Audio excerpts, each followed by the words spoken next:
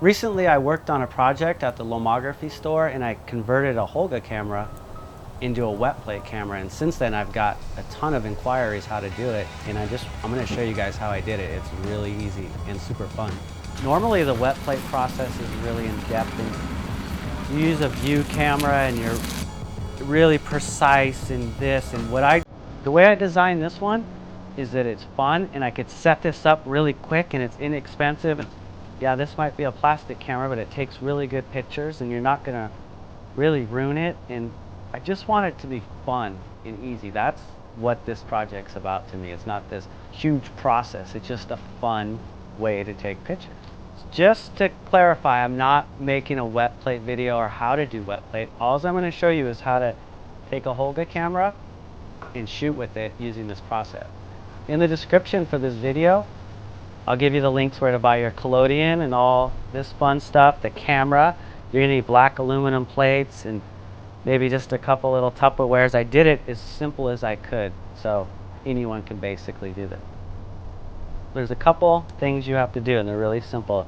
Right here, there's a little hole that lets you see your film and what number you're on. You gotta tape that. So what I'll do is just take some black tape, and you tape over that. And then, okay, you'll probably do better on yours, but then when you open your camera, right here, your film goes in here and it goes over this. This is your film plane, and this is where you're going to actually stick your wet plate. And what I use is black aluminum.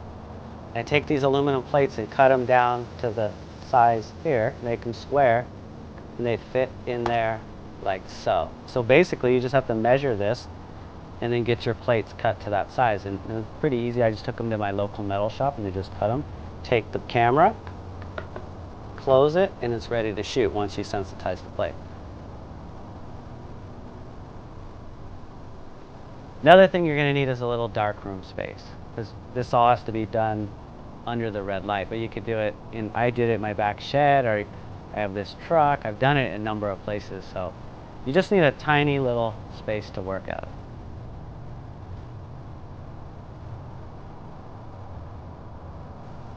If you don't already know how to shoot wet plate, I would suggest taking a class, because it's really in depth, and in the long run, it's just going to help you out. It'll probably save you money. Yeah, right.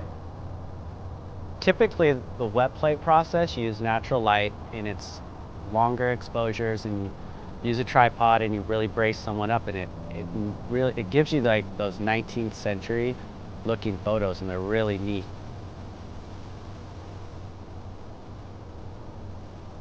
With this camera, you can also use strobes, and you just put a pocket lizard on the top and hook them in to the camera, and that gives you more flexibility if you don't have the right light or you want to add light in certain ways, and it really opens up doors for this process.